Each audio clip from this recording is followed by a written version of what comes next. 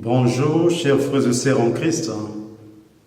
Nous célébrons le dimanche de Pâques et de la résurrection. Évangile de Jésus-Christ selon Saint Jean. Le premier jour de la semaine, Marie-Madeleine se rend au tombeau de grand matin. C'était encore les ténèbres. Elle s'aperçoit que la pierre a été enlevée du tombeau. Elle court donc trouver Simon-Pierre et l'autre disciple, celui que Jésus aimait. Et elle leur dit, « On a enlevé le Seigneur de son tombeau. Et nous ne savons pas où on l'a déposé. » Pierre partit donc avec l'autre disciple pour se rendre au tombeau. Ils couraient tous les deux ensemble. Mais l'autre disciple courut plus vite que Pierre et arriva le premier au tombeau. En se penchant, il s'aperçoit que les linges sont déposés à part, à plat. Et cependant, il n'entre pas. Et Simon-Pierre, qui le suivait, arrive à son tour. Il entre dans le tombeau, il aperçoit que les linges posés à plat ainsi que le suaire qui avait entouré la tête de Jésus, n'ont pas posé avec les linges, mais roulé à part à sa place. C'est alors qu'entra l'autre disciple, lui qui était arrivé le premier au tombeau. Il vit et il crut. Jusque-là, en effet, les disciples n'avaient pas compris que, selon l'Écriture, il fallait que Jésus ressuscite d'entre les morts. Acclamons la parole de Dieu. Dans la première lecture, nous avons la confirmation que les apôtres étaient des témoins de la résurrection. En effet, Pierre avait déjà annoncé la résurrection du Christ aux Juifs. Actes au chapitre 2 jusqu'à 4. Aujourd'hui, de la première lecture, il s'adresse pour la première fois à un païen, un officier romain de Césarée, capitaine de la Judée-Samarie. Pierre montre que les apôtres ont été témoins de l'œuvre salvifique de Jésus. Les Juifs ont pendu Jésus au bois. Mais Dieu l'a ressuscité le troisième jour. L'essentiel du message de Pierre est que Jésus est désormais le juge des vivants et des morts.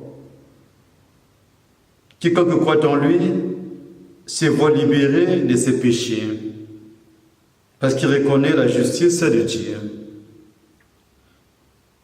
Dans la deuxième lecture, Saint Paul, par contre, nous parle de la réalité d'en haut. Il ne méprise pas les réalités terrestres, puisque Dieu a voulu te réconcilier par le Christ sur la terre et dans les cieux. Colossiens au chapitre 1, le verset 20. Mais Saint Paul apôtre attire notre attention sur les perversions qui alourdissent notre marche vers le Christ. Dans l'évangile de ce jour, nous avons un fait majeur, le tombeau vide. Jésus a été enseveli le vendredi soir. En effet, Marie-Madeleine laisse passer le repos du sabbat. Puis elle se rend au tombeau pour pleurer son maître. C'est le premier jour de la semaine. Manière pour Jean l'évangéliste d'annoncer une création nouvelle. Un grand matin à l'aube de la vie, lorsqu'il fait encore sombre. Car cette vie est encore cachée. Elle ne s'est pas encore manifestée. Jean souligne la course au tombeau.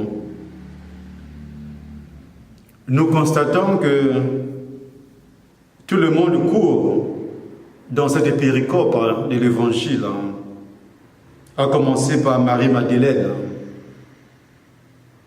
qui s'imagine sans doute qu'il a eu vol du corps de son maître.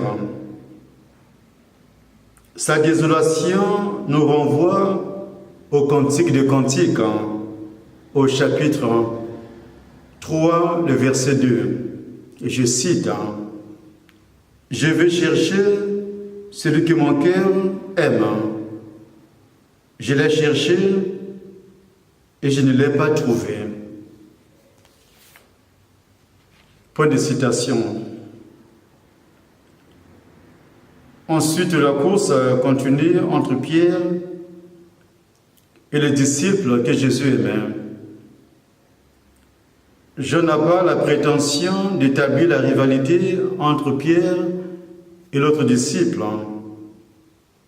mais il veut souligner la primauté de l'amour dans la découverte du ressuscité. Plus nous aimons le Jésus des évangiles, plus nous croyons, nous croirons qu'il ne peut être que les vivants, les juges des vivants et des morts. Chers frères et sœurs en Christ, ce jour est celui où le Christ est ressuscité, nous a ouvert la vie pour toujours. Implorons le ressuscité pour qu'il transforme nos vies.